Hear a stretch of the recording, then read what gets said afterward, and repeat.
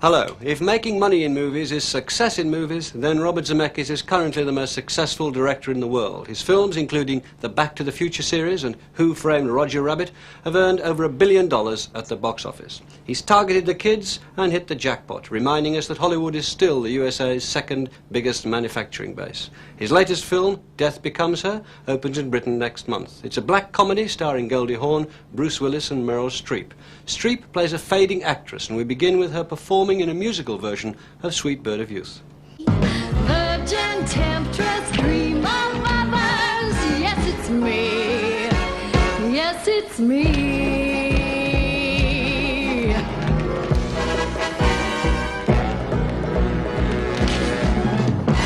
We see you. You mean me? Idle, goddess, shameless, hussy, diva. The idea was that it wasn't a very good number, but one of the hardest things to do is to do something that is just a little bit bad. It would be easy to do it ridiculously bad, but we wanted Madeline and her character to be singing and dancing her heart out, and so we sort of went back and looked at a lot of variety shows from the 60s and 70s and kind of put a mix of what we consider some of the worst Broadway and Vegas type steps and things in there. It does reflect the Madeline character. Flashy, and that's of course what dazzles Bruce. She's sensational.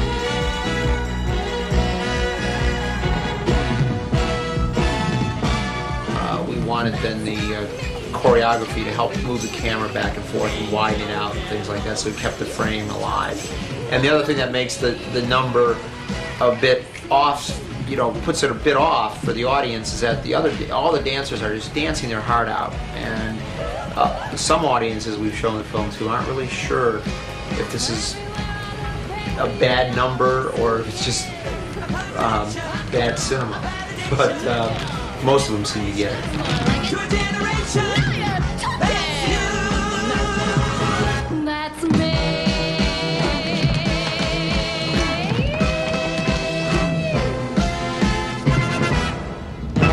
You know, I think like every other kid who grew up in the era of the Beatles, I, played the guitar and had a band in my garage and basement and that sort of thing. So I had these dreams of being a rock star for a while.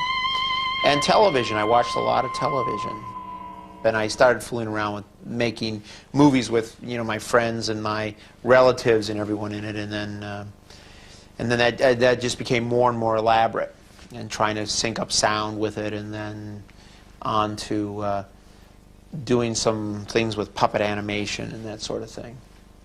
Today really shaped up and hurried into did you ever notice how I got really interested in films mainly from enjoying special effects, trying to figure out how they did certain things. just suddenly changes? That was totally uncalled for. He likes to cram a lot of information into the frame. There's always something happening everywhere in his frames. He's got a lot of colors. There's just a lot of energy in each one of his shots, but not to the extent where he's sacrificing telling the story. He likes to tell stories, and he likes movies that work. And that's a really old-fashioned Hollywood way of looking at material. If you read interviews with Howard Hawks and people, or John Ford, they're really reluctant to tell you how important what they were doing was, but they actually will tell you how they got a shot. And Zemeckis is the same. Is in that, very much in that tradition. And I personally find it kind of refreshing.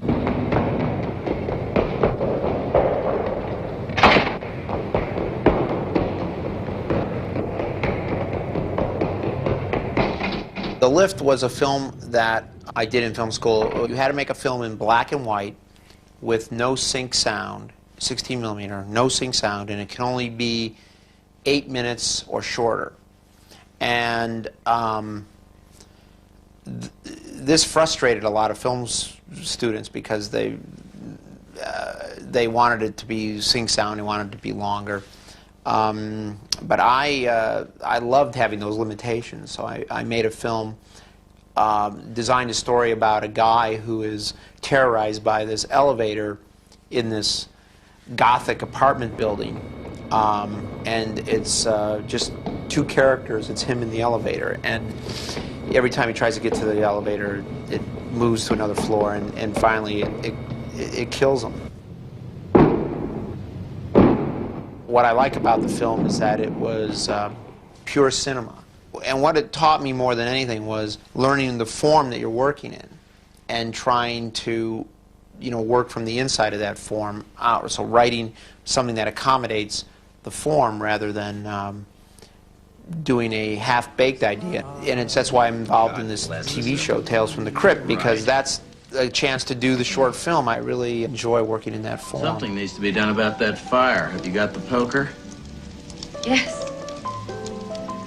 Well, let me have it. What did you say? What are you, deaf? I said let me have it.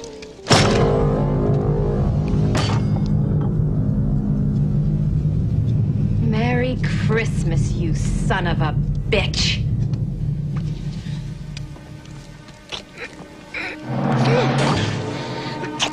Bob has a real sort of dark side to him, and he loves this kind of macabre kind of story. Honey? Carrie. Tales from the Crypt. I mean, you see this side of Bob that people go, ooh, where'd that come from? Well, Bob has this curiosity for this dark side, for the black comedy, black humor side of things. I told you Santa would come, and he didn't even have to come down the chimney. I let him in.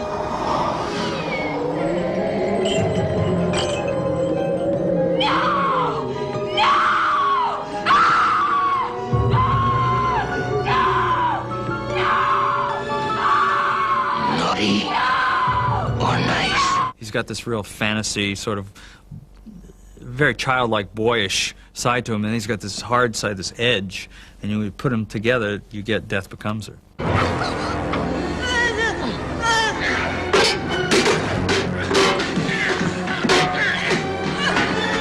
Did you think The fun thing about film is that you have a chance to manipulate time, especially in action. In the stairfall and in the strangling scene, of course, we wanted it to be a bit almost cartoony in how, she defies gravity by teetering on the edge of these stairs, which does a couple of things. It takes a bit of the reality off of the murder and then allows the audience, I hope, to tolerate this endless stairfall, which was done in a cartoon sense by filmically expanding the stairs to about 5 times their length.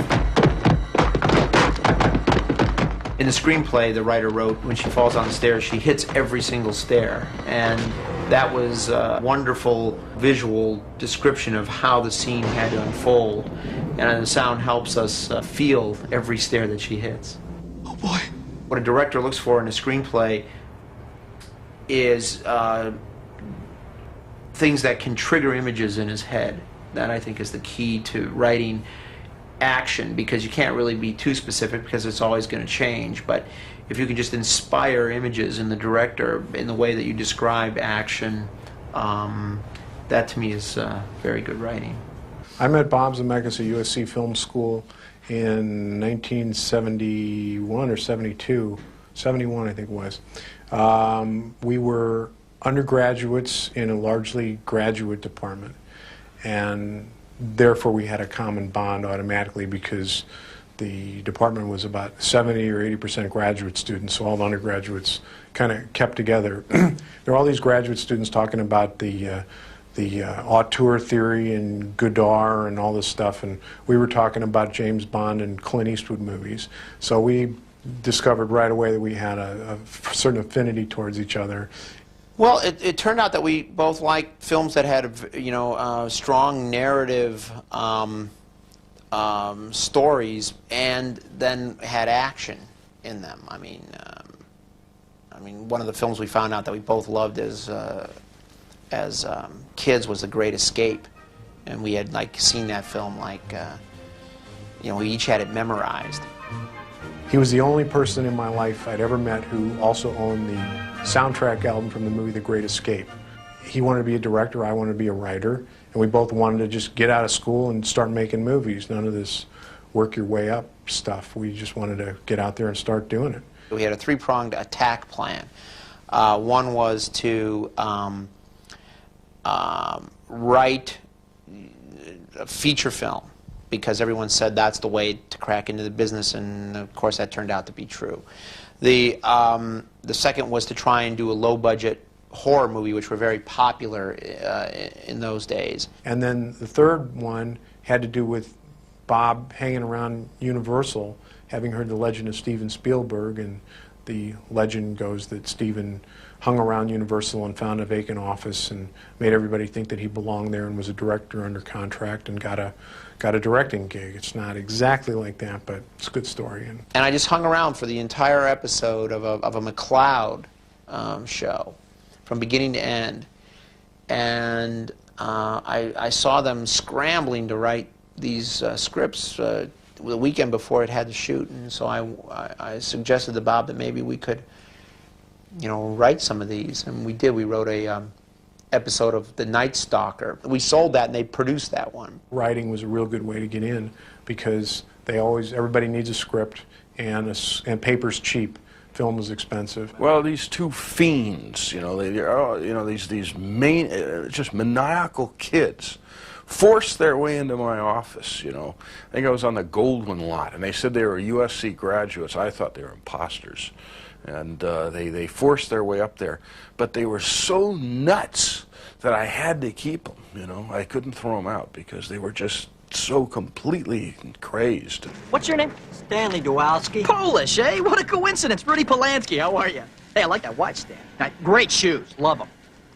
Thanks. So, Stan, you want to buy this Buick Centurion, huh? Good choice. Smart man, you got good taste. I'll tell you something. A lot of people have these days. Nice to see somebody finally walk on this lot who knows a good car when he sees one, I'll tell you.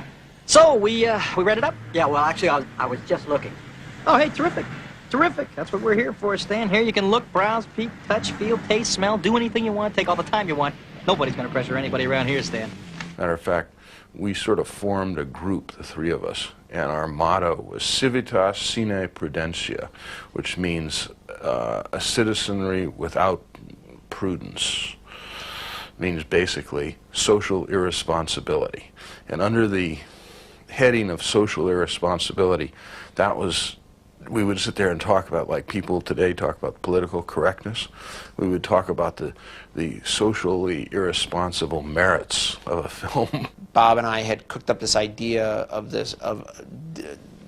that it was a film that eventually became 1941, which was about the panic that set in on the home front here on the West Coast right in the days following Pearl Harbor. And then it turned out that John and Stephen over the years had become good friends, and Stephen remembered my student film from the early days of USC. And I, gave Stephen the screenplay, and he read it, and he said, God, I want to make this. So it was like one of those, it sounds easy, but that is exactly how it happened. We wanted to call it originally The Night the Japs Attacked, or it's just plain Japs. And of course that was, politically incorrect. You can't call people Japs or anything like that, And I think that Stephen might be a bit uncomfortable with that really dark type of humor, and I think he softened it. And I think that's where maybe the material and he were a little bit out of sync. Yeah, Stephen doesn't have the healthy cynicism that we have. Just about every frame is filled with some sort of a mayhem of pratfall, explosion, something. I think it was Pauline Kael said it was like having your head stuck in a pinball machine for 2 hours. I thought that was a good description of what it might have been like, and I'm very proud. I put that on my resume.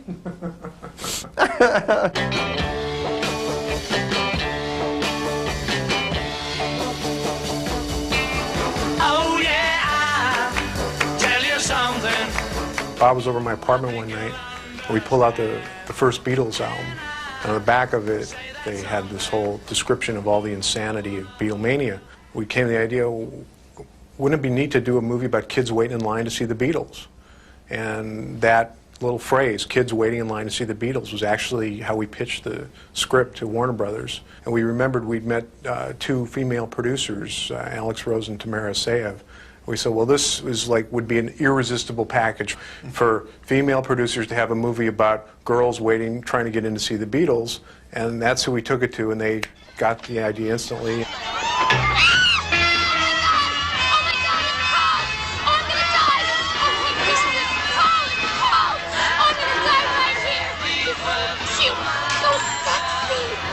He's cardboard.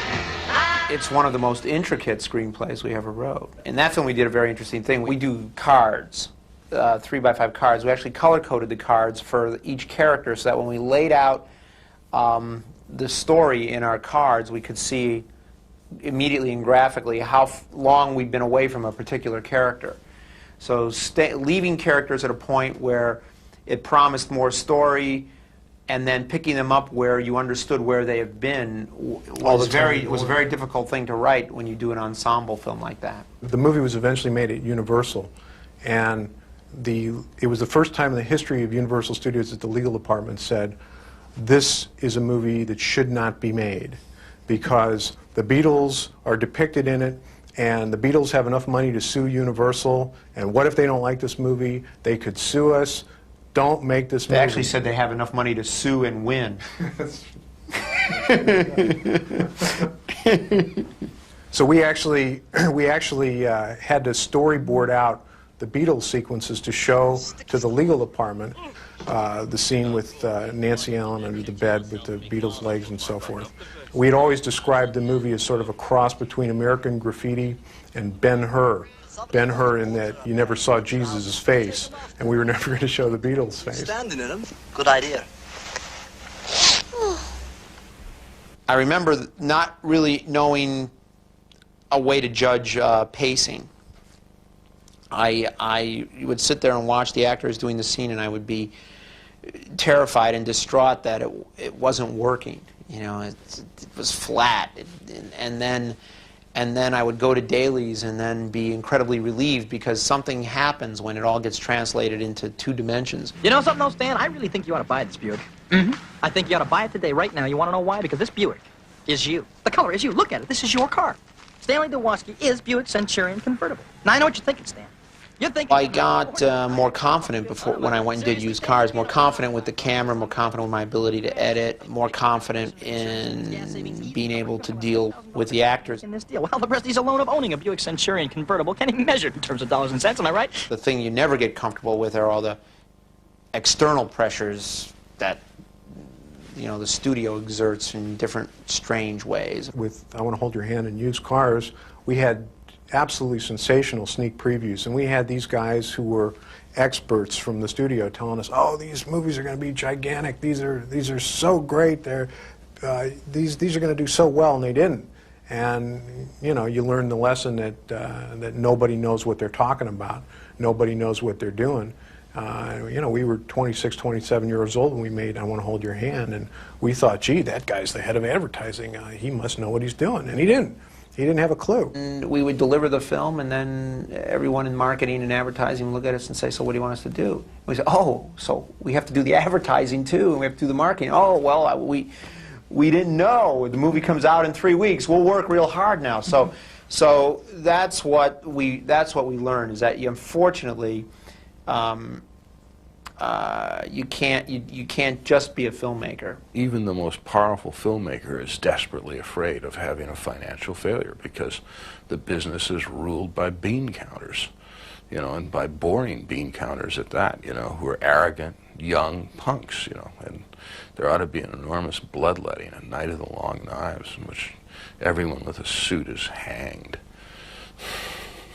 After we had done Used Cars, Bob and I wrote Back to the Future, and a studio executive was given the script, and it made the assumption that this was going to be a package with Steven, and responded extremely favorable to the screenplay. And then Bob and I came in, and he had a meeting, and we said, now here's what we're going to do, and we're talking about the screenplay we're going to do, and he's nodding enthusiastically, and then halfway through the meeting he said, and so now what's Steven's involvement going to be?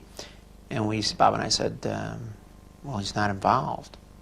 And the guy went, oh. And the meeting was over, and that was the end of Back to the Future at that studio. People in Hollywood, including people like Steven Spielberg, grasp that this guy's a real talent. But in Hollywood, the conflict always comes down to this. You can know somebody's really good, but if they keep making movies that people don't like, you then find it really hard to back them. I think the interesting case here might be to compare Zemeckis to someone like the Coen brothers, who also make movies that everyone can tell are really well made, but somehow don't connect to the audience.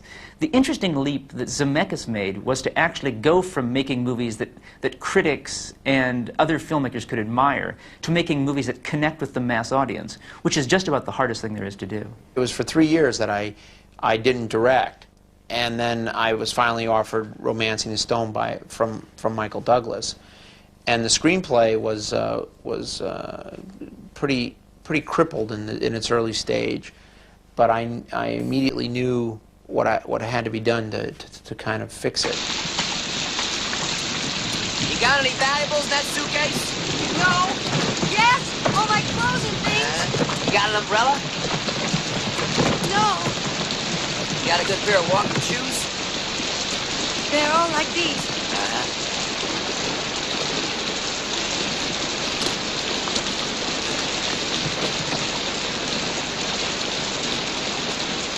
It had wonderful characters, and it had, and the story was there. Okay, let's make some time. But the ending didn't crystallize.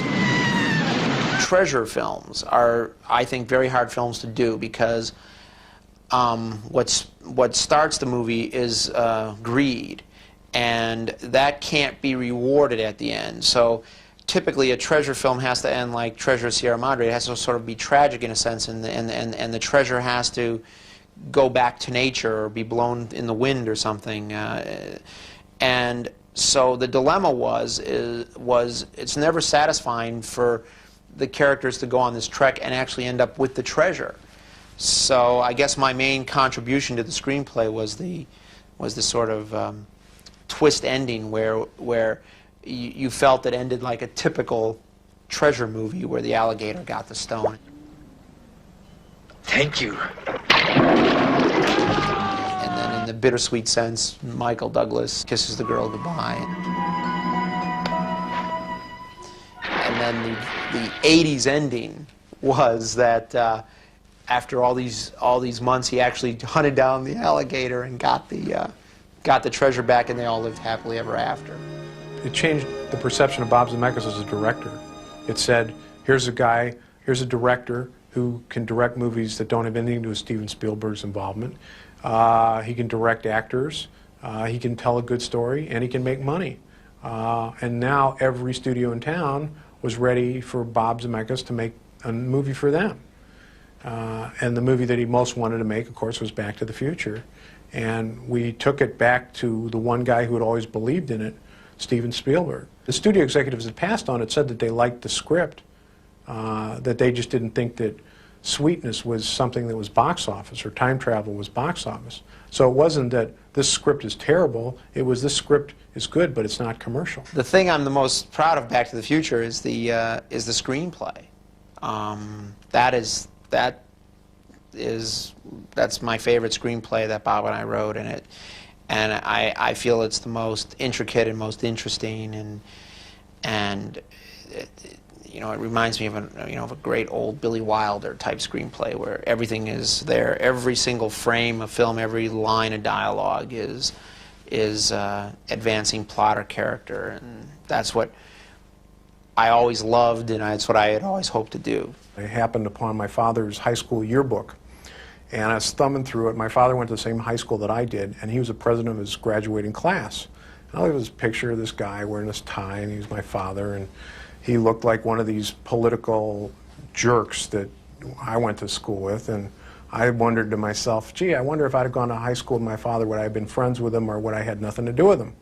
When I came back out to L.A., I told the story to Bob, and Bob said, yeah, and wouldn't it be neat if you found out that your mother, who said she never did anything, she was in cars and parking and all this stuff. When I was your age, I never chased a boy or called a boy or sat in a parked car with a boy.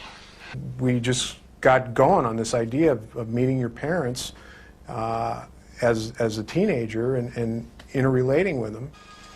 I had a horrible nightmare.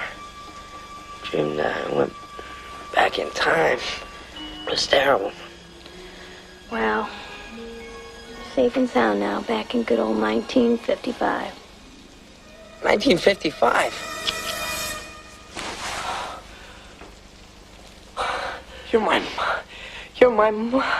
My name is Lorraine.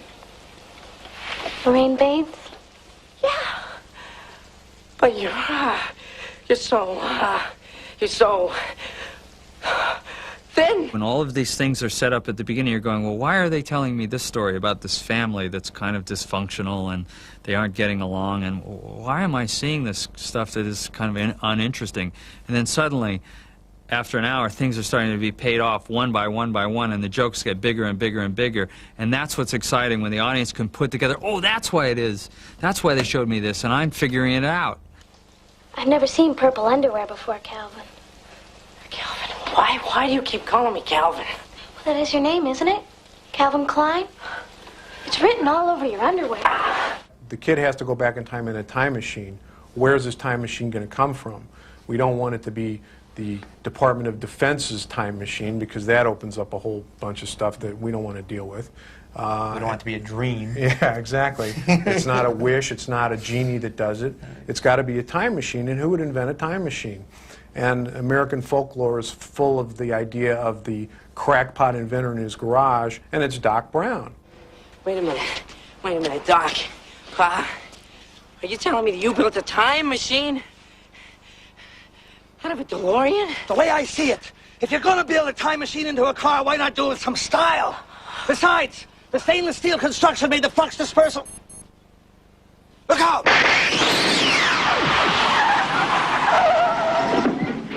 He's out there. He's crazy. He's nuts. He's wild. And so, by virtue of what it is that this character has to do to serve the story, the characterization came out of that.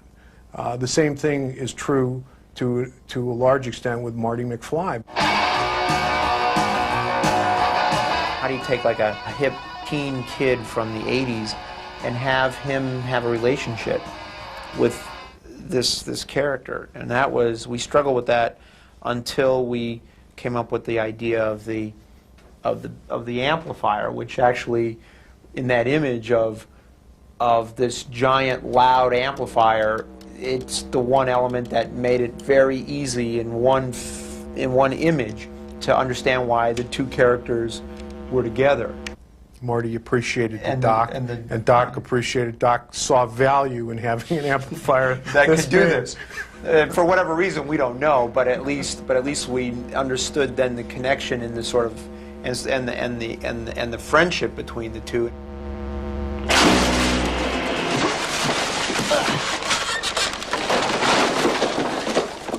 Because as the film starts to go from the script to the physical stage, then things start to layer on, and then we'll find a prop or an idea will come out of the art department, and we'll use that and make that a part of their character. In the first Back to the Future, when the costume designer showed Bob the guys in the gas station dressed in their perfect suits, he said, "I just got a great idea for a gag."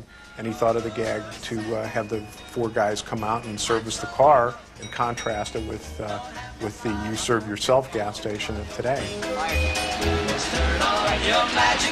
See, I think that a movie like Back to the Future is a very, very character-driven film. I think the effects are quite, the original Back to the Future are really minimal. They're supporting the story. They're not what the movie's about at all.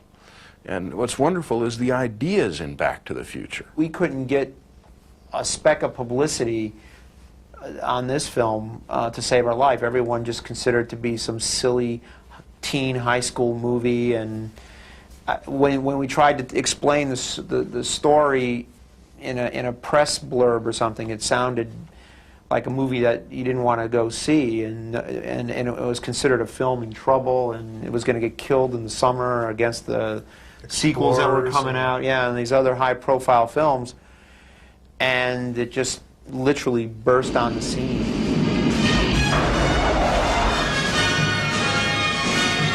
First time that we screened the movie, which is in Long Beach, California, and at the end when the car turns around and rockets off and Huey Lewis comes on at the end, well, the audience went up to the ceiling. I mean, they I've never seen a preview like that. And at that moment, we knew this is a huge movie.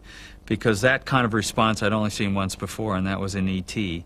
That was but in another way where everybody was crying at the end of the movie. But in this case, they came out of their seats at the end of the movie. And only then did we know that we had a big hit on our hands.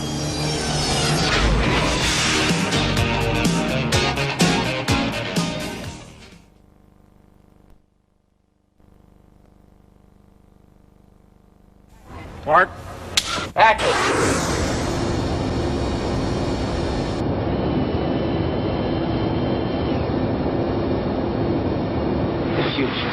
Here we had the perfect opportunity to do something that could never be done under any other circumstance, where you have a sequel, so you can be risky with it to a certain extent because it's a sequel. So the only point of doing a sequel is to try something different. And here we had a sequel about time travel and time paradox. So the logical thing was, so let's do something that we will actually go back into the first film and see things from a completely different perspective.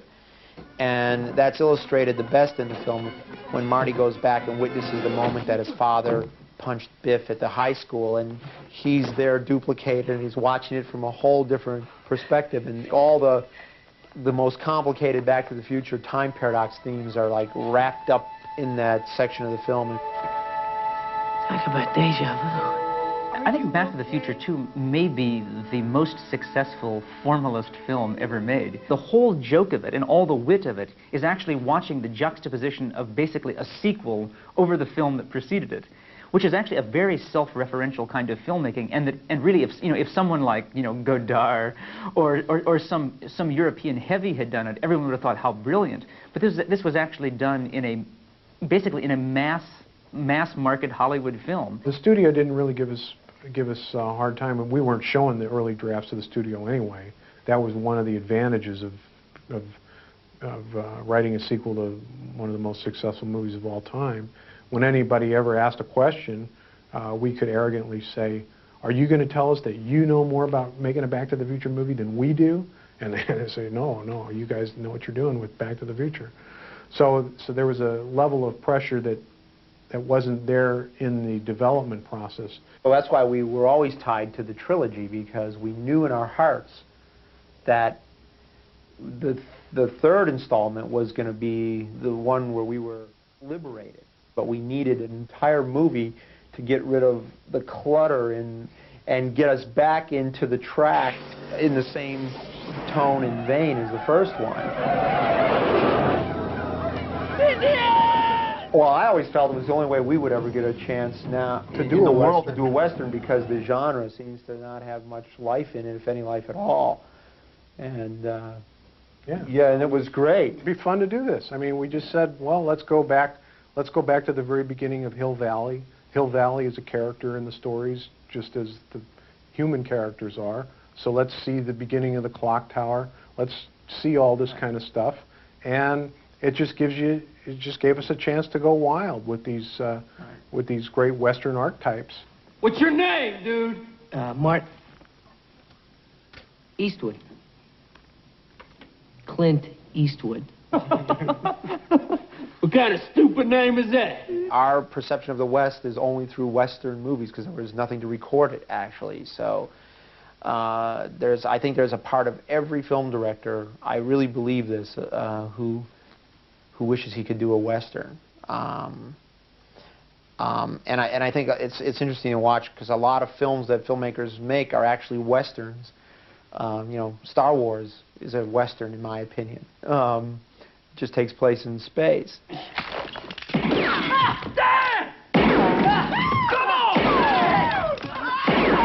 on, run! You can dance better than that!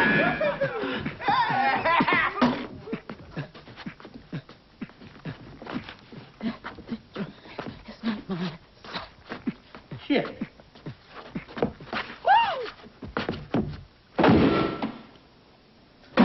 I try very hard not to react to what I had just done when I choose another project. I don't see the point in that, because you then shut the door on what might be a wonderful, really wonderful movie just because it had a special effect in it. And so you've said, I'm not going to do that, or I'm not going to do a comedy. Okay. The thing that attracted me to Roger Rabbit initially was the very first scene in the very first screenplay. And I felt that when I read the first, I guess it was 5 pages, because the first 2 sort of just described the cartoon, and then when the cartoon character stepped out, it just, for me, was just a brilliant idea in suspending the disbelief of being able to create a world where you could mix animation and live action. It was just crystallized in that first scene. It's Roger. He keeps blowing his line. I felt that the movie could go anywhere from there, and the idea of mixing these genres of film noir and animation was just so outrageous that I felt that it had to be done. Crying out loud, Roger. How many times do we have to do this damn scene? No! I'll be in my trailer, taking a nap. Excuse me, Toots. We were faced with so many technical difficulties on Roger that he would have to create on the moment maybe a new scene to deal with something that we couldn't do physically because it couldn't be animated, or there wasn't a way to do it with a special effect or some physical effect. And he would have to design the scene to go in another way in order to make it work. And his story-making sense and his ability to write dialogue helped him be flexible in that way, and, you know, sometimes created even better scenes, I think. We had this shot where this stork is riding, Eddie Valiant's coming down, this stork rides a bicycle through the shot. The bicycle is real, the stork is going to be animated. And the bicycle, we could never get it to go through the shot and stay upright. It always fell over out of shot, and there was no way, because it was a pan round, to not see this fallen bike on the ground. In the end, Bob, of course, said, all right, well, what we do is we see the stork go through the shot, we hear this crash, and when we pan around, there's the stork all over the ground with letters flying everywhere, and that's what you see in the movie. It was not scripted, it's just because we could not get the bike to go through the shot and stay upright. 2 things were that happened after I came on board in the screenplay that made the movie arc, I think, to a different place. Was Jeff and Peter came up with the idea of Judge Doom. Everyone knows you can't kill a cartoon character. So the invention of this diabolical character, Judge Doom, and this dip that would erase cartoon characters was able to finally let us create a story that had a dramatic structure, because there was real jeopardy, hence conflict and all the other stuff that falls into place. That's right, my dear! Enough to dip Toontown off the face of the earth! Vehicle of my own design. 5,000 gallons of heated dip pumped at enormous velocity through a pressurized water cannon. Toontown will be erased in a matter of minutes. That was the first breakthrough idea, and the second was another outrageous idea of the reason the judge was doing all this was to create the Los Angeles freeway system, and that just fit in perfectly. I love that idea. Soon, where Toontown once stood will be a string of gas stations, inexpensive motels, restaurants that serve rapidly prepared food, tire salons, automobile dealerships, and wonderful, wonderful billboards reaching as far as the eye can see. My God, it'll be beautiful. There was a lot of suffering in making Roger, and that was because every single shot was so technical from every aspect. And the hardest part of doing any special effect, and what I consider my job to be, is to keep reminding the cast that they're not props, and that, you know, and to keep them from getting bogged down and crushed by this giant technical sort of space that they have to perform in. I never, in a weird way, thought of Roger Rabbit as an effects movie, which is an insane thing to say, But I got so used to just the cartoons being in the scenes that I thought it was just a story about this rabbit and this guy. And then, you know, he knows these guys and they know these guys, and this is what happens. And although it was a phenomenal effects picture, and it's the same with Death Becomes Her. Death Becomes Her is a movie with a lot of new and really never seen before special effects. I will not speak to you till you put your head on straight. But at the same time, I don't consider it an effects movie. Universal bought the script. We did a couple of drafts with them, and they said we'd like to make this. And Bob has obviously worked with them a lot in the past, and they said, would you like to direct it? And he said, sure. A pretty uncomplicated story. Yeah, that was I was in the set of another movie. I was shooting another movie, and David called me and said, guess what? Bob Zemeckis is interested in doing a picture, who was a quirky little comedy. And I said, I mean, Back to the Future, Roger Rabbit, Bob Zemeckis? Are you sure? Did you get it right? And we had a meeting with him the following week. It changed my life, and my perceptions, and I understand how I come from Europe. I lived in Europe all my life.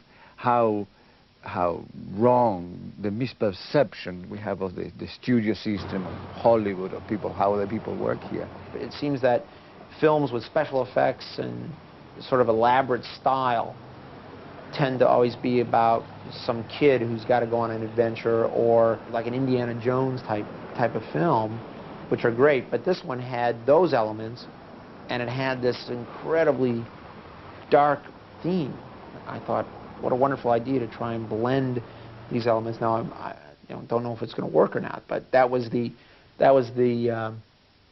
thing that inspired me about the film. Basically, it's about two women who've known each other for a very long time and have been jealous of each other for a very long time, and will do almost anything to make the other one look bad.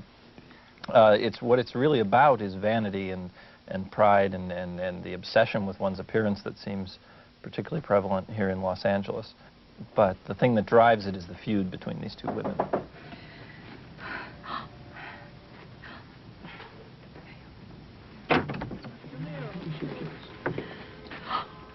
Mad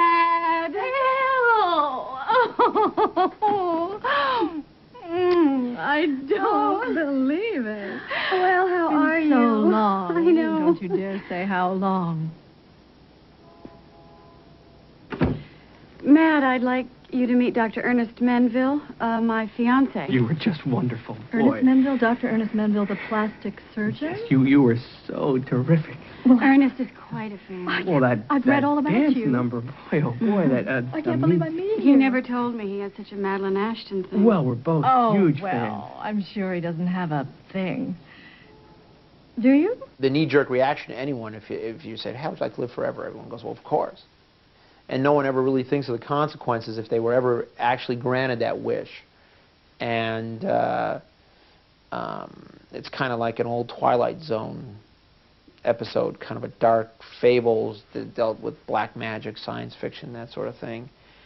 And it asked that question, you know, what would happen if you actually did live forever? That's what it does.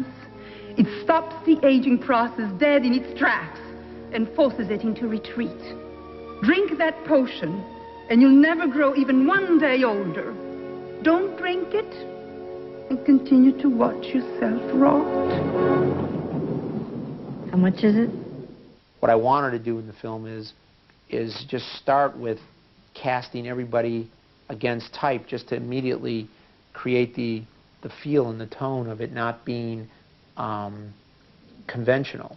So you've got Bruce playing this incredibly weak character, which is against what he typically does. You have Goldie playing a neurotic murderess, which is so different than what she usually does. And you've got Meryl, you know, with her head on backwards. And you know, you're used to seeing her in these incredibly serious, important films, and here she is with her head stretching and on backwards. And I thought that was just a great way to, you know, showcase the film. Have you called the police? No, I called you first thing. So what had happened here is that Ernest, in a rage, attempted to murder Meryl by pushing her down the stairs, and obviously she had taken the potion, so she is severely injured and twisted around, but she's alive. What we really wanted to do here is actually have her head put on backwards, and I mean, we were able to pull that off using computer graphics. The thing about this illusion is Meryl's ability to do this, where she first had to do the scene with a hood over her head, acting from the neck down, and then about 6 weeks later do all the acting from the neck up. What about the time of death? Do you think they could ever use it to prove the phone call came after?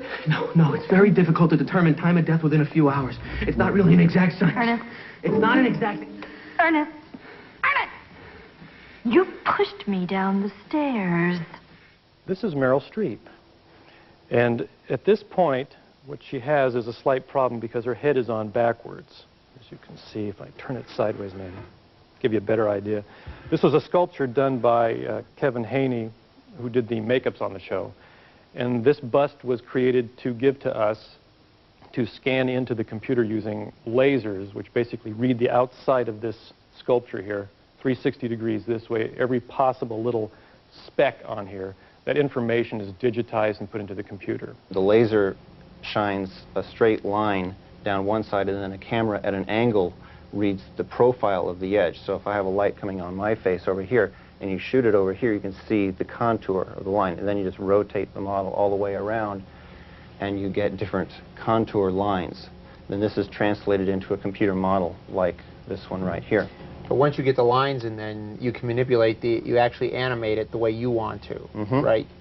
Once you burn it in, you can move it with the computer in any direction at any speed, actually creating human movement and human skin texture, which is what's, so breakthrough in this, because that neck section of Meryl Streep is the first time that flesh has been manipulated and digitized on a motion picture film. That's where the artistry comes in. These computer graphics artists are artists because, in a sense, that they're animators who work with digital information rather than with pencils, and they have to understand human movement and lighting and all these different things, and that's where it's not just somebody who's knows how to run a computer can do it. You have to have a certain amount of artistic ability to be able to really make it work. You're in the shithouse now, pal. Well, it's supposed to be funny in the sense of her predicament, but it's also supposed to be sort of mesmerizing and hypnotic is what I was trying to do, and also be funny at the same time. My ass. I can see my ass. I designed a lot of scenes that would happen in basically one shot, so it meant a lot of elaborate camera movement and that sort of thing, and I'm very proud of that because I really learned something, which is that when you have got writing that is so good and you've got actors that are so good, that to impose editing by just the virtue of how you would set up a scene, like say if you set it up to be over the shoulders, you would have to edit to do the scene, and so then you're imposing an element that doesn't necessarily have to be there. So I wanted to design shots that wouldn't have to be edited if they didn't need to be. So in this scene here with Madeline going into Chagall's, it's a Rodeo Drive salon that on the top level looks very normal and sort of Beverly Hills gaudy, and then the idea was that you go downstairs and we just keep putting on levels of strangeness. I mean, she walks with a guard. Then there's this guy getting his blood transfusion in this terrible bed that goes around. And we want to just keep layering strangeness onto it. And then this is something I thought of when I read the script again the very first time. I wanted to do. I did this in one shot that's 360 degrees, and you see the entire room in this shot. They're obviously in the room by themselves, but then you'll see toward the end of the scene, on the same sofa where we picked up Madeline, Chagall just mysteriously appears. Makeup is pointless. It does nothing anymore. Are you listening to me? Do you even care? You stand there with your 22-year-old skin and your tits like rocks and laughing. This is something that might be too hard for in the first viewing for the audience to grasp, because the scene is so loud and there's so much, and the room is cluttered with this equipment and stuff, so you might believe there might be another door there. But so that was part of my idea of trying to make this a very strange and mysterious You know what place. I mean? How about that? Money is no object. It means nothing to me. Oh, Mr. Chagall. I'm sorry, Mr. Chagall. I'm really, really sorry. Anna, don't talk. Just go away. A great idea for a movie is still the rarest commodity. So anybody can write their way into the film business.